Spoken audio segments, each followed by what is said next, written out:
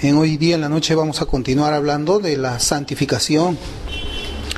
Hemos comenzado la semana pasada y vamos a ir viendo diferentes textos de la Escritura. Y yo pienso que este tema es un tema muy importante. A veces yo me pongo a pensar por qué Dios permite así que yo pueda leer ciertas cosas, ciertos artículos en el internet, o a veces escuchar también cierta clase de predicaciones, o escuchar también a hermanos que hablan acerca de lo que es la santificación de una manera equivocada. Al principio, cuando estábamos nosotros comenzando nuestro estudio, dijimos que íbamos a ver en la doctrina de la salvación que estaban involucradas otras doctrinas también importantes. Y hemos estado viendo lo que es la regeneración o el nuevo nacimiento, hemos estado viendo lo que es la conversión, volvernos a Dios, y ahora estamos viendo lo que es la santificación. La santificación también, de alguna forma, por la práctica equivocada y torcida que se tiene en estos días acerca de lo que es la verdadera regeneración, la verdadera conversión, también ha tenido que ser torcida. ¿Por qué? Porque cuando no hay una verdadera regeneración, no puede haber una verdadera conversión y tampoco puede haber una verdadera santificación. Entonces, cuando nosotros, por algún acto externo que la persona esté haciendo, juzgamos que esta persona ha nacido de nuevo, sea como hemos estado hablando nosotros, por una decisión, por hacer una oración, por hacer cualquier cosa, y nosotros consideramos a esa persona como regenerada, como salvada, y luego vemos que su vida no anda conforme a lo que Dios dice en la palabra de Dios, es decir, no anda dentro de una vida de rectitud, una vida santa, pero creemos que es regenerada. Entonces la tendencia es, ¿qué cosa? No decir que la persona no es regenerada, sino tenemos que decir que sí es regenerada, y para mantener la posición que es una persona cristiana, nacida de nuevo, tenemos que destruir lo que es la doctrina de la santificación. Tenemos que rebajar la doctrina de la santificación a la forma de vida que esta persona está llevando. Tenemos que comenzar a interpretar las doctrinas bíblicas a partir de la forma como nosotros estamos viviendo. Y eso es mucho de lo que a veces uno puede leer, escuchar, o no sé, caer, ¿no?, dentro de una conversación, leerlo. Cuando hay personas que dicen, bueno, yo creo en un Dios que salva de esta manera. Y comenzamos a interpretar, bueno, como a mí me salvo de esa manera, entonces esa forma es la forma en que Dios salva. Y es así como nosotros comenzamos a torcer lo que es la doctrina también, interpretándola a partir de nuestras propias experiencias de vida. Una persona que no es creyente, que no ha sido regenerada, pero se le considera como cristiano carnal, evidentemente que la doctrina de la santificación no puede explicarse de una manera correcta, porque sería dos ideas que están chocando. Un cristiano carnal, ¿quién es? Un cristiano carnal es alguien que dicen que es regenerado, que es nueva criatura, pero anda como cualquier mundano. Solamente se dice que es regenerado porque hizo su oración. Entonces, ¿cómo podemos entender ahora la santificación en esa parte? No se puede. Yo estaba pensando hoy día y me sorprendía acerca de algunas predicaciones que se hacen en ciertos lugares en contra del pastor Joel Osteen. Pastor Joel Osteen, allá en Houston, Texas, pues tiene un ministerio que es bastante peculiar. Él en realidad, pues no sé si se le pueda considerar pues un ministro de Dios, ya que la palabra de Dios él no la predica de una manera muy clara. Por ejemplo, él es acusado de no predicar en contra del pecado. Y yo he escuchado mucho de eso, y quiero tocar esa parte solamente del ministerio de Joel Osteen. Él ha sido, pues, han hecho leña de él, precisamente porque entre tantas cosas él no predica acerca del pecado, no confronta a las personas con el pecado. ¿Y quiénes son los que critican a Joel Osteen en esa parte? Los que creen y enseñan el cristiano carnal. En muchos de los casos, en la mayoría de los casos. Entonces, ¿cómo yo voy a atacar a una persona que le digo, tú no predicas contra el pecado? Pero por otro lado yo estoy predicando el cristiano carnal. ¿De qué va a servir que yo predique contra el pecado cuando voy a creer, voy a aceptar, voy a predicar una doctrina que es igual de licenciosa como si yo no predicara acerca del pecado? Entonces existen esas ideas que se golpean unas contra otras, se contradicen unas contra otras en este tiempo, y realmente nosotros estamos viviendo posiblemente un tiempo de mucha confusión teológica. También yo veo de que existen algunos comentarios tendenciosos, por ejemplo, acerca de lo que es la historia. Algunos comentarios así malintencionados acerca de lo que significa una corriente teológica u otra corriente teológica. Comienzan a veces calificativos a partir de personas actuales que están predicando el Evangelio para hacer parecer estas doctrinas como nuevas, para hacer creer de que esta doctrina que nosotros predicamos acerca de la regeneración es lo que ha inventado hace poco, por ejemplo, el pastor Paul Washer. Los washerianos le llaman. Los washerianos enseñan de esta manera la regeneración. Los washerianos enseñan de otra manera la conversión. Los washerianos enseñan de esta forma la santificación, dando a entender o pretendiendo hacer creer a las personas que eso ha nacido con Paul Washer, cuando eso es falso. Lo que Paul Washer enseña es lo que enseñaban los primeros bautistas. Estoy hablando de los años 1700, 1800, en la Confesión de Fe de Londres de 1649, de los primeros bautistas. Nosotros cuando entramos a la doctrina de la santificación es la misma que predica el pastor Washer. Pero sin embargo, la idea tendenciosa es esa. Y eso, hermanos, ¿saben con qué finalidad se hace? Se hace con la finalidad de mantener un status quo, un ambiente, un pequeño reino donde el decisionismo, la creencia fácil, el cristianismo sin demanda, el cristiano carnal pueda gobernar, pueda reinar, pueda difundirse. Y cuando una persona sale a hablar acerca de estas doctrinas de una manera derecha, creen que es una doctrina nueva, cuando esto es una doctrina muy antigua, más antigua aún que la de los mismos bautistas, mucho más antigua que la de los mismos bautistas. Y lo que sucede es que en estos últimos 200 años, en la teología de la iglesia han habido cambios. Han habido cambios a partir de que se presenta a las personas un evangelio sin demandas, una santidad sin demandas.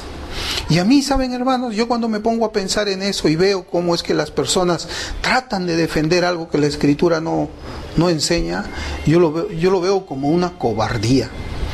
Es una cobardía no decirle a una persona que da evidencias que no es cristiano.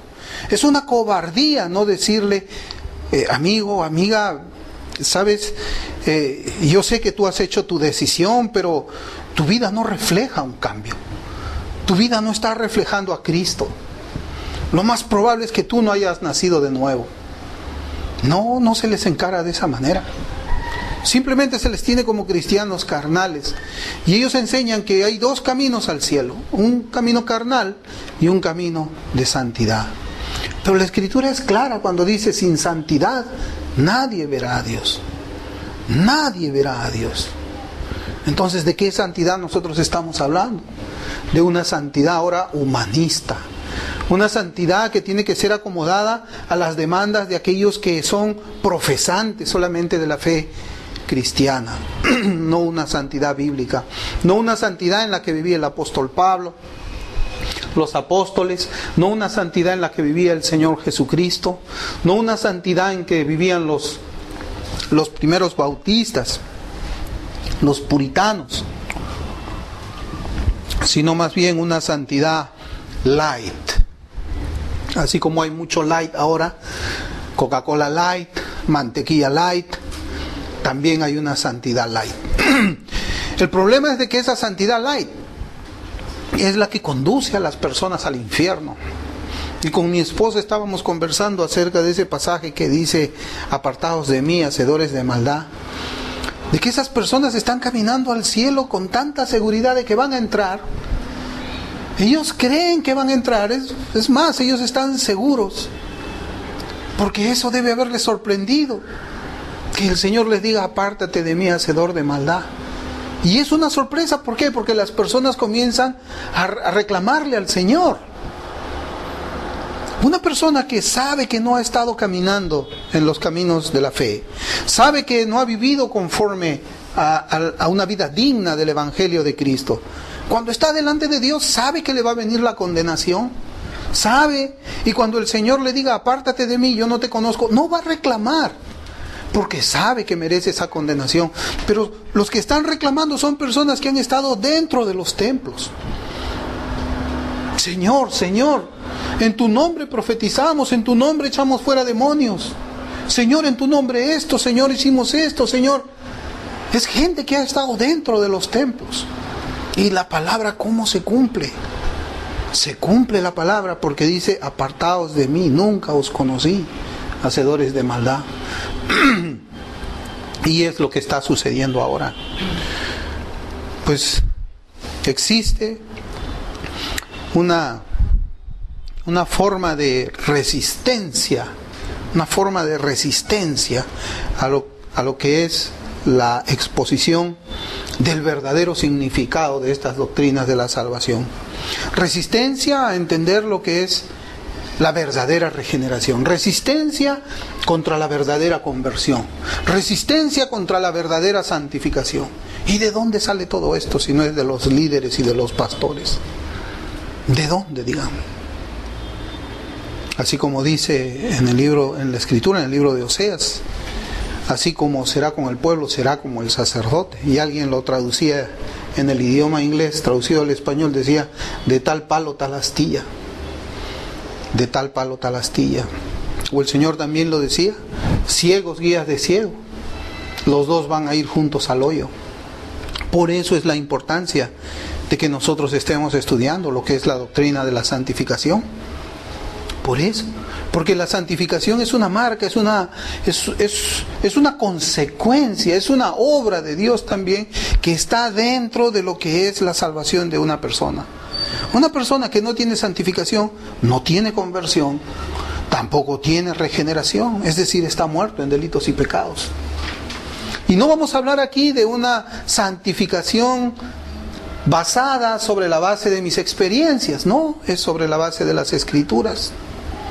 Hay personas que dicen: bueno, yo todavía tengo siempre problemas, muchos problemas con el pecado, pero soy creyente. A mí todavía, los fines de semana, yo todavía me voy con mis amigos, no puedo resistir las invitaciones que hacen mis amigos para salir por ahí en la noche, pero soy creyente. Entonces, como yo soy un creyente que anda con un pie en la carne y un pie en el templo, pues tengo que inventarme una doctrina de la santificación para defenderme yo mismo que soy creyente. Y comienzo a torcer la Escritura para que diga algo que me favorezca a mí. O simplemente comienzo a hacer de la interpretación de la historia una interpretación nueva para mí.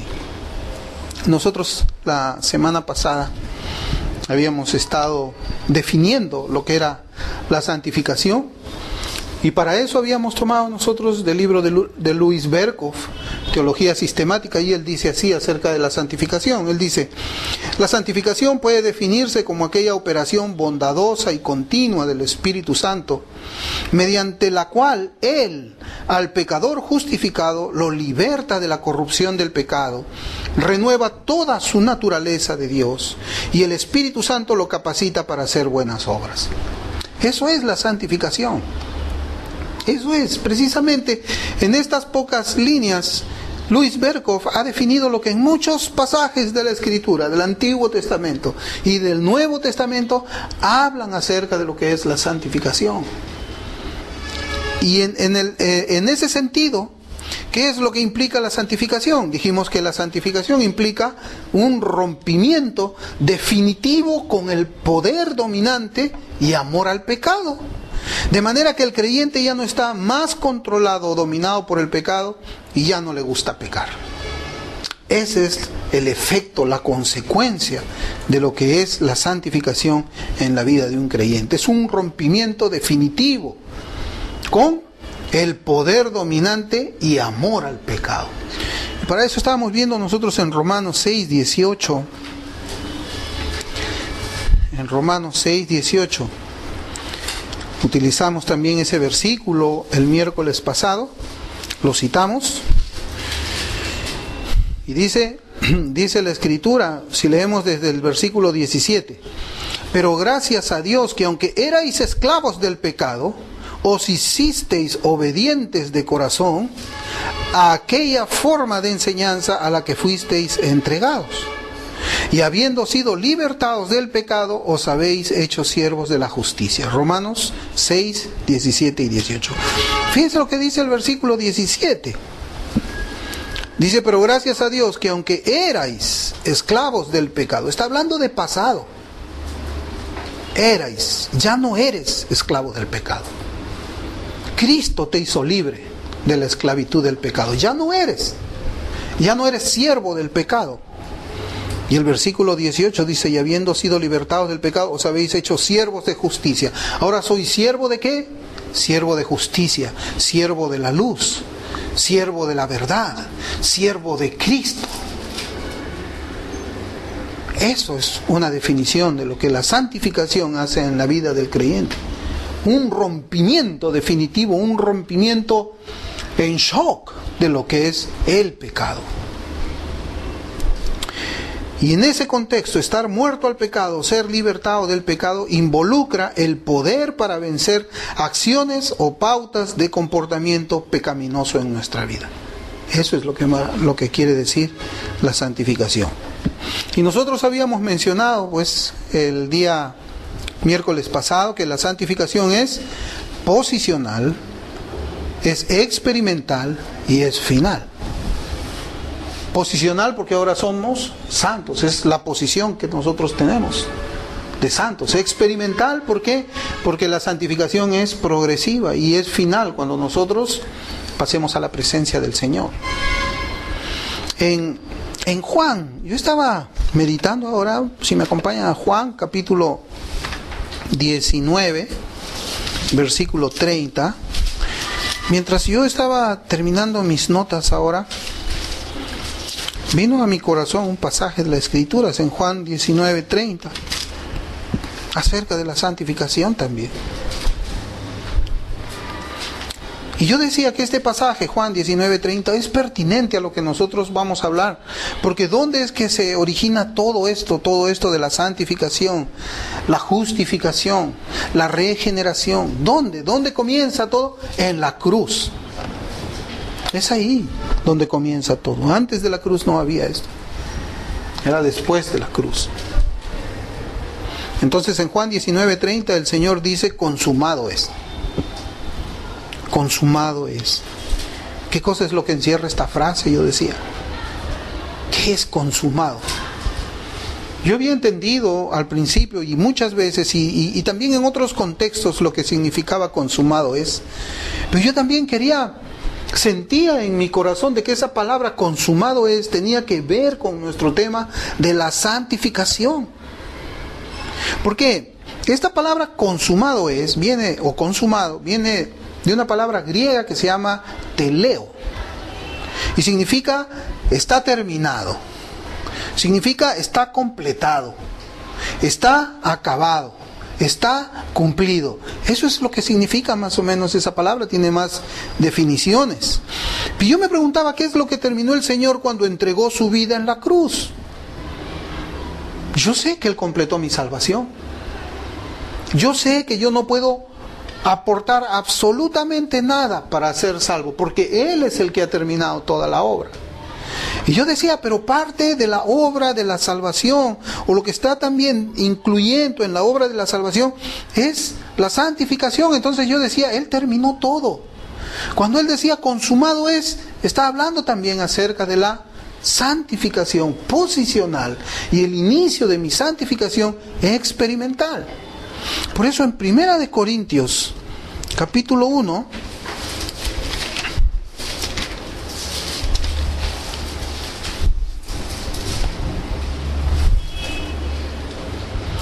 versículo 30.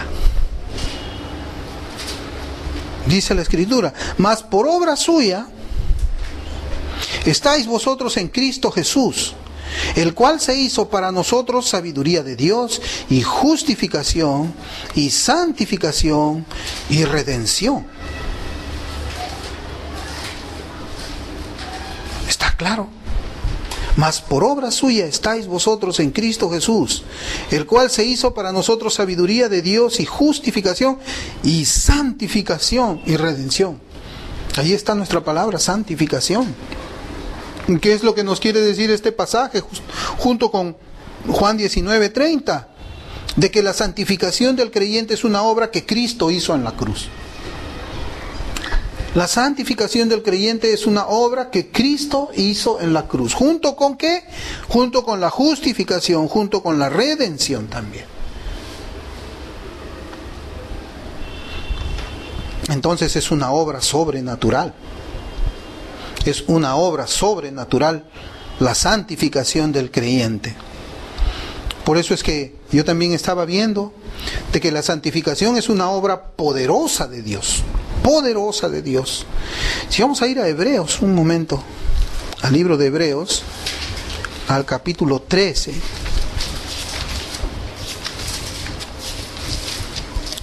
Vamos a ver versículos 20 y 21. Aquí nos va a hablar de que la santificación es una obra poderosa de Dios.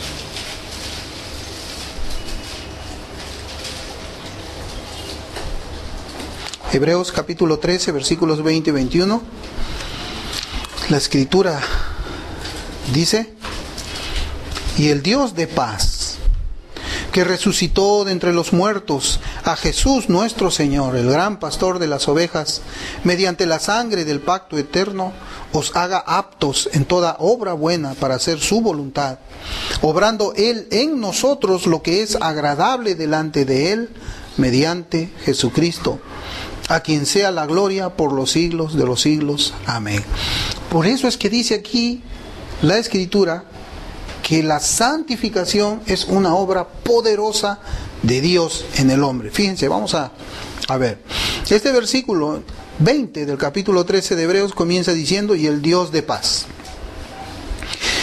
Y el versículo 21, si nos saltamos al versículo 21, dice: el Dios de paz os haga aptos en toda buena obra para hacer su voluntad. Y mire lo que dice: obrando Él en nosotros lo que es agradable delante de Él mediante Jesucristo. Obrando Él en nosotros. Es Dios quien obra en nosotros. ¿Para qué? Para que nosotros hagamos lo que es agradable delante de Él mediante Jesucristo. Y sabemos que Dios no obra en todo el mundo de esa manera. Sabemos que aquellos están perdidos, que están muertos en delitos y pecados, aquellos cuyos corazones están inclinados al mal, Dios no está obrando ahí. Pero hay una diferencia cuando una persona está obrando para hacer todo lo que agrada a Dios. Y de acuerdo a este pasaje, es esa obra que Dios está haciendo en el corazón de la persona. Dios pone el querer como el hacer por su buena voluntad. ¿Para qué? Como dice este pasaje de aquí: obrando Él en nosotros lo que es agradable delante de Él mediante Jesucristo. También en Efesios 2:10 dice que somos hechura suya, creados en Cristo Jesús para buenas obras, las cuales Él preparó de antemano para que nosotros anduviéramos en ellas. Es igual con este. Las buenas obras son de Él. Él es el que nos coloca en las buenas obras y nosotros simplemente lo que hacemos es ejecutarlas. Porque acá dice de que Dios obra en nosotros lo que es agradable delante de Él mediante Jesucristo. O sea, buenas obras. Y eso es santificación. Entonces, cuando hablamos de un cristiano carnal, que dicen que Dios también habita dentro de esa persona, ¿podríamos leerle lo que hemos leído esto para nosotros? Podríamos decirle a uno de ellos: y el Dios de paz os haga aptos en toda buena obra para hacer su voluntad. Obrando es tiempo presente.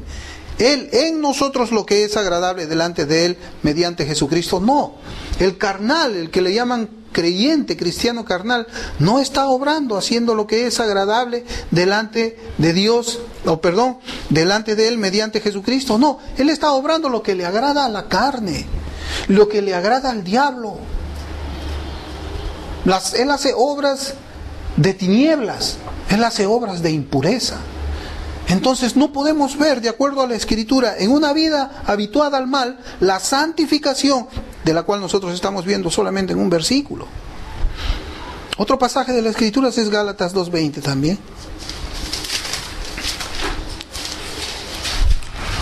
Gálatas capítulo 2, versículo 20, es un pasaje que nosotros lo hemos citado bastante.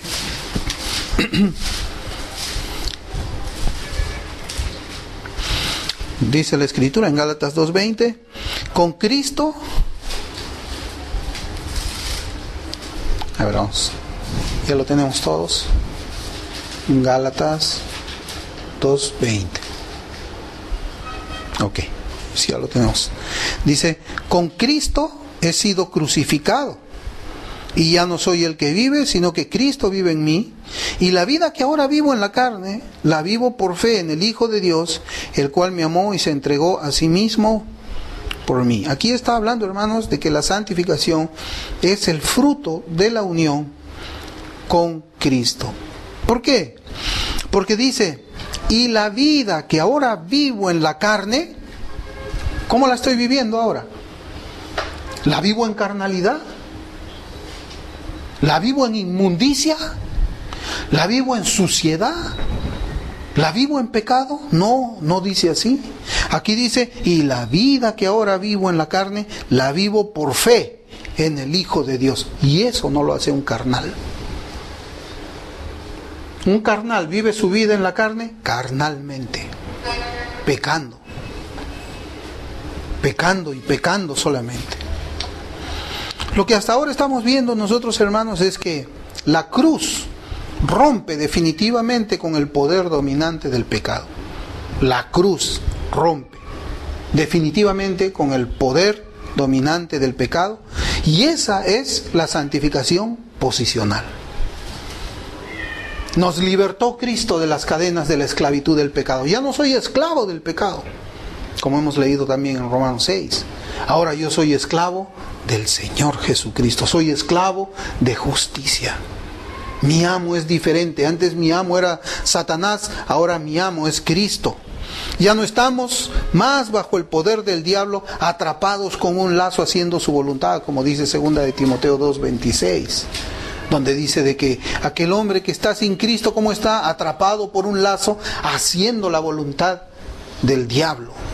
Ni siquiera es libre, sino es esclavo del pecado. Yo no sé de dónde sale ese término, libre albedrío.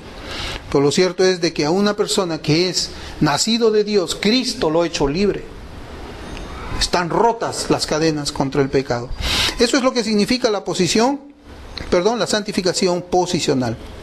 Y la santificación progresiva consiste en apartarse y acercarse. Esa es la santificación progresiva o experimental, que le llaman unos. Consiste en apartarse y acercarse. Es apartarse más de lo inmundo para acercarse más a lo santo. Es apartarse más de lo impuro para acercarse más a lo puro.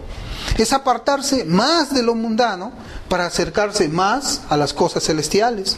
Es apartarse más de lo que perece para acercarse más a lo que es eterno. Esa es la santificación experimental. Eso es lo que nosotros estamos haciendo.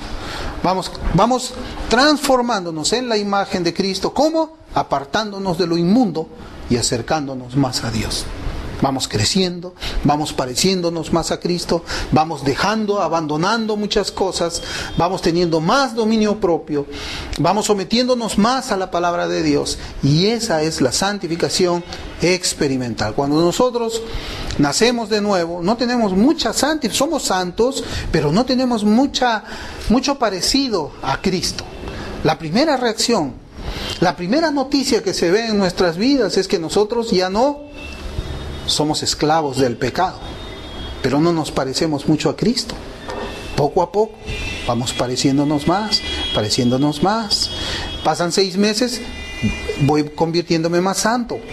Pasa 1 año, voy haciéndome más santo. Pasan 10 años, voy haciéndome más santo. Por eso es increíble a veces de que haya personas que digan, ¿cuánto tiempo tienes en el Evangelio? Tengo 20 años en el Evangelio, tengo 10 años en el Evangelio. Y es una vida que todavía es esclava del pecado. Gente que vive engañada, personas que han sido expuestas a una doctrina falsa de la santificación y que van a terminar pues en el lago de fuego.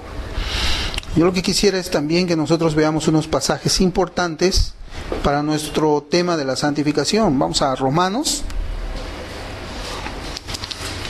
capítulo 6.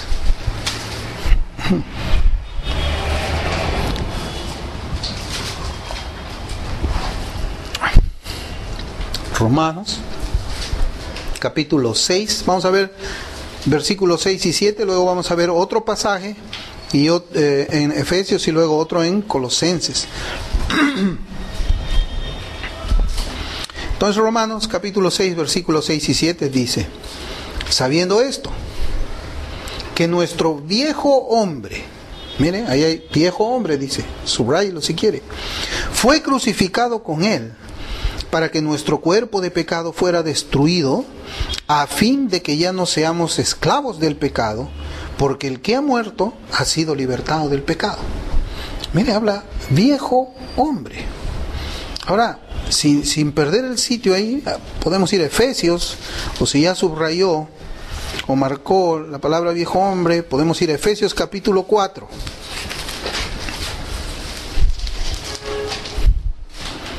Vamos a leer del versículo 22 al 24. Efesios capítulo 4, versículos del 22 al 24. Mira, la escritura dice que en cuanto a nuestra anterior manera de vivir, os despojéis del viejo hombre. Otra vez ahí, resáltelo, viejo hombre, que se corrompe según los deseos engañosos, y que seáis renovados en el espíritu de vuestra mente, y os vistáis del nuevo hombre, ahí subráyelo, el cual en la semejanza de Dios ha sido creado en la justicia y santidad de la verdad. Mire, ahora encontramos 2 palabras aquí, 2 expresiones. Ya vimos que en Romanos 6 habla de un viejo hombre, y ahora en Efesios 4, versículos del 22 al 24, habla de un viejo hombre, y además habla de un nuevo hombre.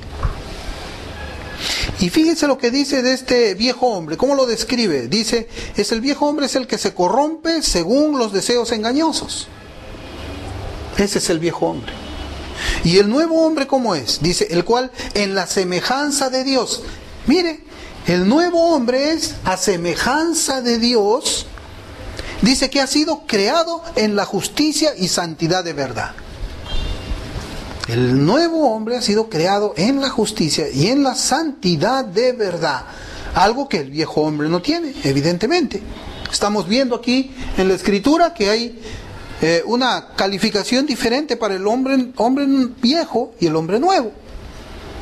Las obras de cada uno están siendo aquí expuestas y son totalmente opuestas. Entonces dice que este nuevo hombre es en la semejanza de Dios. Dice que ha sido creado en la justicia y santidad de la verdad. Estamos hablando de creación. Vamos a Colosenses, Efesios, Filipenses, Colosenses, capítulo 3, versículos del 9 al 11. Colosenses 3, del 9 al 11. Dice la palabra de Dios: no mintáis los unos a los otros, puesto que habéis desechado al viejo hombre. Otra vez nos encontramos aquí con la palabra viejo hombre, con sus malos hábitos, y os habéis vestido del nuevo hombre, dice, el cual se va renovando hacia un verdadero conocimiento, conforme a la imagen de aquel que lo creó. Una renovación en la cual no hay distinción entre griego y judío, circunciso e incircunciso, bárbaro, escita, esclavo o libre, sino que Cristo es todo y en todos. Pero miren, Acá también encontramos nosotros en este pasaje de Colosenses dos características, dos hombres con dos características, un hombre viejo que tiene malos hábitos y un hombre nuevo que se va renovando hacia un verdadero conocimiento, dice, conforme a la imagen de aquel que lo creó. ¿Quién es el que creó al nuevo hombre? Dios, Cristo. Y nosotros nos estamos renovando a la imagen de Dios, a la imagen de Cristo. ¿No es esto santificación de lo que nosotros estamos hablando? Esto es santificación de lo que nosotros estamos hablando. Entonces, en estos tres pasajes nosotros estamos viendo también lo que es la santificación progresiva. Y de estos pasajes resulta muy claro que el apóstol Pablo utiliza la expresión viejo hombre. ¿Para qué? Para referirse a la naturaleza pecaminosa y corrupta que existía antes que el corazón sea cambiado por Dios. Eso éramos antes. El viejo hombre. El viejo hombre representa al corazón inclinado por voluntad propia a pasiones y deseos pecaminosos. El viejo hombre representa nuestra naturaleza adámica. Y aquí en la escritura que nosotros hemos visto, encontramos instrucciones en que el Señor dice, el hombre viejo está desechado, vestíos del nuevo hombre. Dios nos da esa orden ahora. ¿Por qué nos puede ordenar eso? Porque Él ya nos capacitó espiritualmente para que nosotros podamos hacerlo. Es una obra de Él y ahora Él nos ordena hacer lo que Él nos ha capacitado para cumplir. La expresión nuevo hombre se refiere a la naturaleza nueva. Se refiere a la naturaleza nueva, también se le refiere como nueva criatura. En 2 Corintios 5:17 dice, el que está en Cristo, nueva criatura es, creada en Cristo Jesús. Entonces, la nueva criatura es el nuevo hombre, con deseos diferentes. Y esta es la condición luego que el corazón ha sido cambiado. La Escritura pues dice, ¿no?, de que el Señor en Ezequiel 36 nos dice, y yo quitaré el corazón de piedra y pondré un corazón de carne. Quitaré un corazón de piedra y pondré un corazón de carne. Quitaré el viejo hombre y pondré un hombre nuevo. Es lo que está diciendo. Por eso es que el nuevo hombre tiene nuevos sentimientos, nuevos principios y nuevos deseos. Todo lo relacionado con su carácter moral es nuevo. Cuando Dios hace la salvación y cuando Dios santifica a la persona y hace esta obra de cambiar el corazón de piedra por un corazón de carne, nosotros vamos a notar que el cuerpo sigue siendo el mismo. Mi cuerpo ha seguido siendo el mismo. Mi intelecto también era el mismo, pero Dios ha cambiado mis principios y mis sentimientos. Esa es la obra santificadora de Dios en nuestras vidas.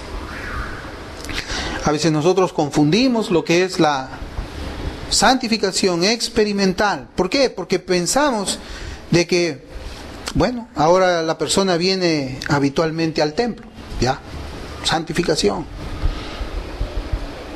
Pero eso no es así. No es que solamente una persona ahora viene habitualmente al templo. No es solamente una persona que se ha bautizado. No es solamente una persona que participa de la Santa Cena. No es solamente una persona que ahora participa en la iglesia, en el coro o lo que sea. El hombre nuevo es mucho más que eso. Es alguien que ha sido transformado desde dentro, desde el corazón. Y anda en novedad de vida. Anda en los caminos de Dios.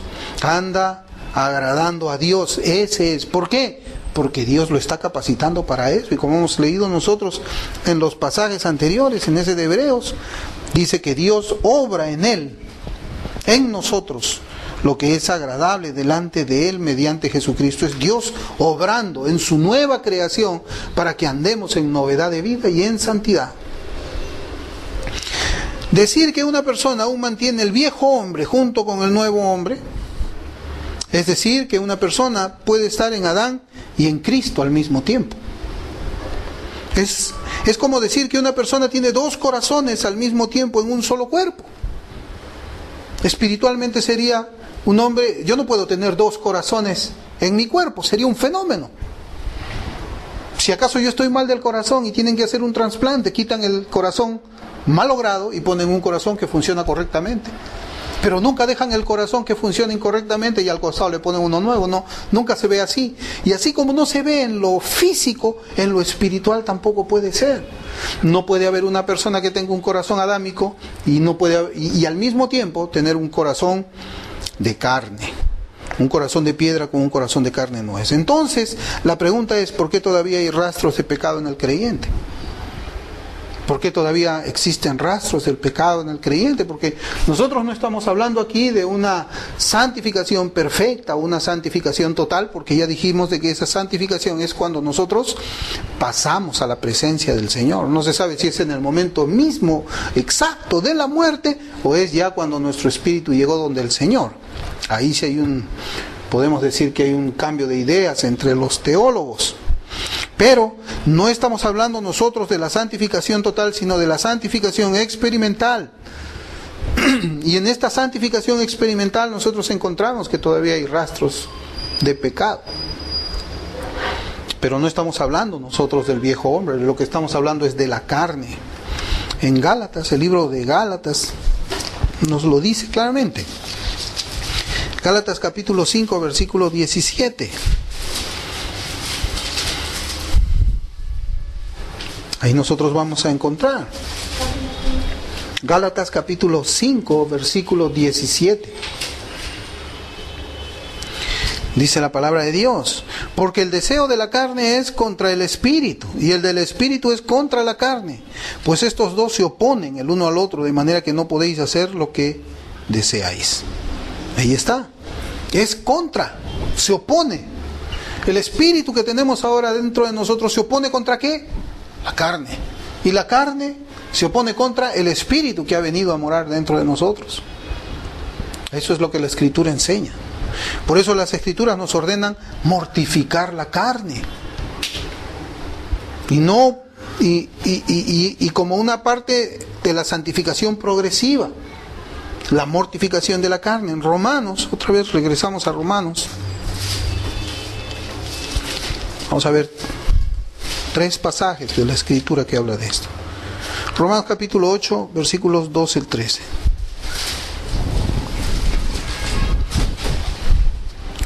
Dice la Escritura. Romanos capítulo 8, 12, 13. Así que, hermanos, somos deudores no a la carne, para vivir conforme a la carne. Porque si vivís conforme a la carne, habréis de morir. Pero si por el Espíritu hacéis morir las obras de la carne, viviréis. Ahí está hablando de mortificación de pecado. ¿Y eso qué cosa es? Parte de la santificación progresiva, una parte. El creyente hace morir la carne. La debilita toda la carne con sus apetitos. Por eso dice en Romanos ahí capítulo 13, versículo 14, dice la Escritura, antes bien, Romanos 13, 14, dice, antes bien, vestíos del Señor Jesucristo y no penséis en proveer para las lujurias de la carne o para los deseos de la carne. Claro, es como podemos quizás hacer una analogía con una planta. No, si la planta puede ser la carne. Ahora, ¿qué pasa si es que yo le echo agua diariamente a la planta? Le cuido que no le caigan bichitos a la planta. ¿La planta va a morir? No va a morir. ¿Por qué? Porque en el agua va a tener los nutrientes, le cuidamos la tierra, no va a morir. Pero si la dejamos así sin agua, ¿qué es lo que va a comenzar a pasar con esa planta? Se va a debilitar, va a comenzar a desmejorar, no va a tener fortaleza, se le va a comenzar a caer las hojas, va a perder su color y finalmente va a estar totalmente debilitada. Así es como nosotros debemos tratar a la carne, no proveer para los deseos de la carne. No hacerlo. Una vez un predicador estaba también graficando esto de esta forma.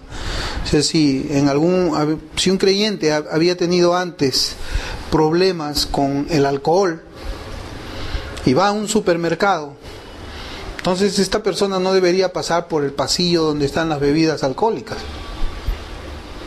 Debería de pasar solamente por los pasillos donde no está aquello que le atraía antes.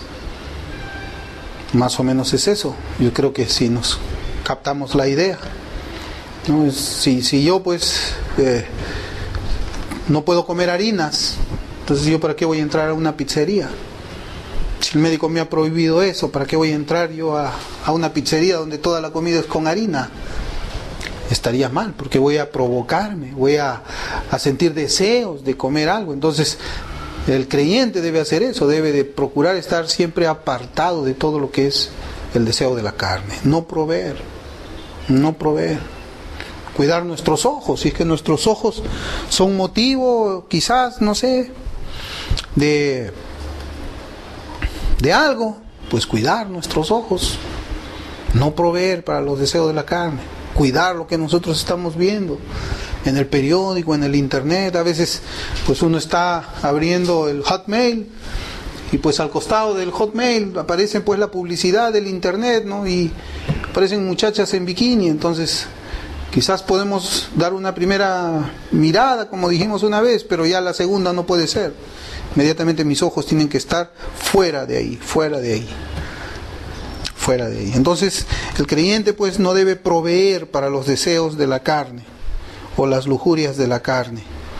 En Colosenses también habla de esto, de mortificar la carne. Colosenses capítulo 3, versículos del 5 al 7.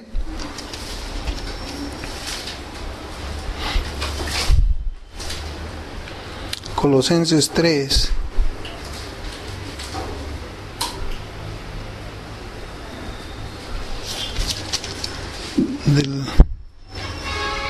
A ver, creo que he tomado mal mi cita.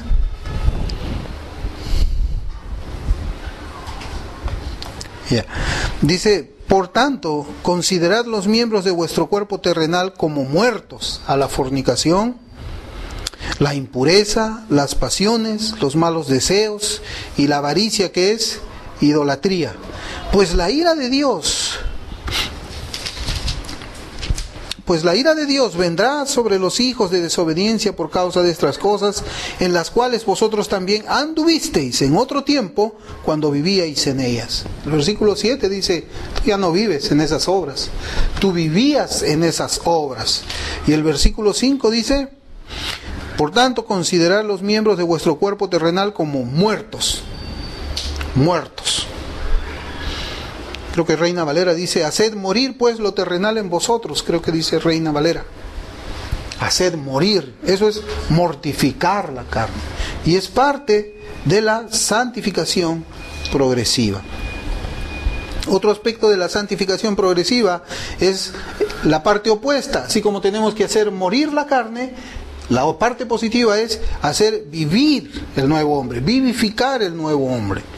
Y en la medida que nosotros vamos siendo muertos a lo carnal, vamos a ir siendo vivificados para lo espiritual, para el nuevo hombre. Vamos a ir haciéndolo, fortaleciéndolo al nuevo hombre. Entonces vamos a ver unos pasajes de la Escritura ya para terminar. En Romanos capítulo 6, otra vez, Romanos habla mucho acerca de este tema. Es una carta muy extensa en esa parte, un capítulo completo, habla acerca de muertos al pecado. Precisamente el capítulo 6 que estamos viendo, Romanos 6, vamos a leer desde el versículo 11 hasta el versículo 18. Romanos 6, del 11 al 18, y dice la Escritura: así también vosotros, consideraos muertos para el pecado, pero vivos para Dios en Cristo Jesús. Ahí está, vivos para Dios, muertos al pecado, muertos a la carne, vivos para Dios. Por tanto, no reine el pecado en vuestro cuerpo mortal, para que no obedezcáis sus lujurias, ni presentéis los miembros de vuestro cuerpo al pecado como instrumentos de iniquidad, sino, fíjense, mire, sino presentaos vosotros mismos a Dios como vivos de entre los muertos, y vuestros miembros a Dios como instrumentos de justicia. Mira, vamos a parar aquí. El versículo 13, mire cómo dice: ni presentéis los miembros de vuestro cuerpo al pecado como instrumentos de iniquidad. Es la parte negativa. No presentes tus miembros para eso. Y dice la parte positiva: sino presentaos vosotros mismos a Dios como vivos de entre los muertos. Y hay una diferencia, una persona viva entre muertos. Y vosotros y vuestros miembros a Dios como instrumentos de justicia. El versículo 14 dice: porque el pecado no tendrá dominio sobre vosotros. No tiene dominio el pecado sobre vosotros, pues no estáis bajo la ley, sino bajo la gracia. Algunas personas utilizan este pasaje para decir, pues, antinomianismo. Versículo 15. Entonces, ¿qué? ¿Pecaremos porque no estamos bajo la ley, sino bajo la gracia? De ningún modo. ¿No sabéis que cuando os presentáis a alguno como esclavos para obedecerle, sois esclavos de aquel a quien obedecéis, ya sea del pecado para muerte o de la obediencia para la justicia? Pero gracias a Dios, que aunque erais esclavos del pecado, os hicisteis obedientes de corazón a aquella forma de enseñanza a la que fuisteis entregados, y habiendo sido libertados del pecado, os habéis hecho siervos de la justicia. Qué impresionante, hermanos. Aquí habla de la santidad de una manera irrefutable. Más claro no puede ser. Santificación. Cuánta oposición contra estas nuevas doctrinas falsas que solamente han pervertido el Evangelio. Y aquí dice: presentaos, dice, consideraos muertos para el pecado, pero vivos para Dios en Cristo Jesús. Y en Romanos 12:1 también, ahí que estamos en Romanos, dice la Escritura: por consiguiente, hermanos, os ruego por las misericordias de Dios que presentéis vuestros cuerpos como sacrificio vivo y santo, aceptable a Dios, que es vuestro culto racional. Ahí vemos. Debemos de presentar nuestro cuerpo como un sacrificio vivo. Los sacrificios en el Antiguo Testamento eran sacrificios de animales muertos. Ahora Dios quiere que nosotros nos presentemos como un sacrificio vivo. Y puede ordenarnos eso porque Él ya nos capacitó espiritualmente para que podamos hacerlo. En 1 Corintios también, siguiente carta, luego de Romanos, 1 Corintios 6:20, dice la Escritura. Dice: pues por precio habéis sido comprados. Por tanto, glorificad a Dios en vuestro cuerpo y en vuestro espíritu, los cuales son de Dios. Le dice: glorificad a Dios en vuestro cuerpo. Santificación. Y eso no lo estamos viendo nosotros en muchas congregaciones. Esto no estamos escuchándolo desde muchos púlpitos. Desde muchos púlpitos. Finalmente, hermanos, un último pasaje, ya para terminar, en Filipenses, capítulo 1, 19 y 20. Filipenses, capítulo 1, versículos 19 y 20.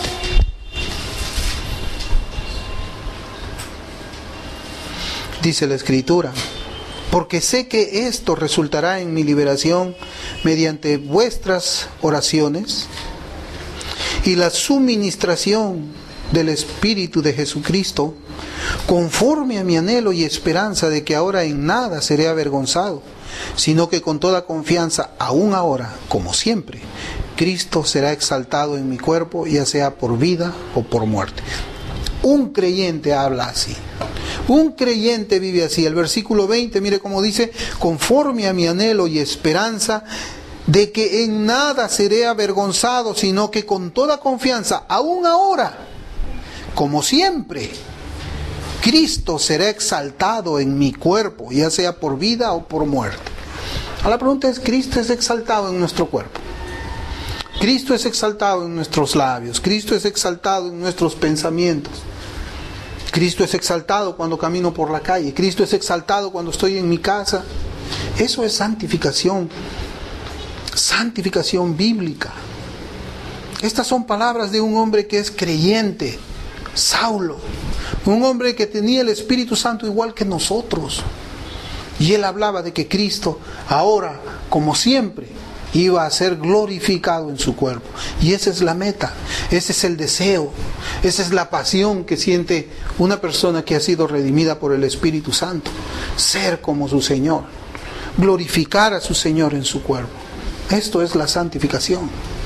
Esta es la santificación bíblica. Esto es lo que se ha enseñado hasta hoy día, desde que se comenzó la iglesia. Esa ha sido la interpretación de lo que es la santificación.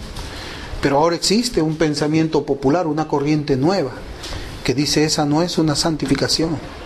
Y algunas personas hablan, eres legalista, eres una persona ya muy apasionada de la Biblia, todo lo ve santidad, no quieres saber nada con la inmundicia. Pues claro, si la simiente pura está en mí, ¿qué voy a querer saber yo algo con la inmundicia? Aun cuando veo rastros de pecado en mi propio cuerpo, en mi propia mente, en mi propia boca, uno se siente mal, se siente compungido y recurre inmediatamente al Señor para decirle que por favor perdone y nos haga cada vez perfectos, nos haga más como Él, más como Él, más como Él. Dominamos nuestro cuerpo porque ahora estamos capacitados para eso.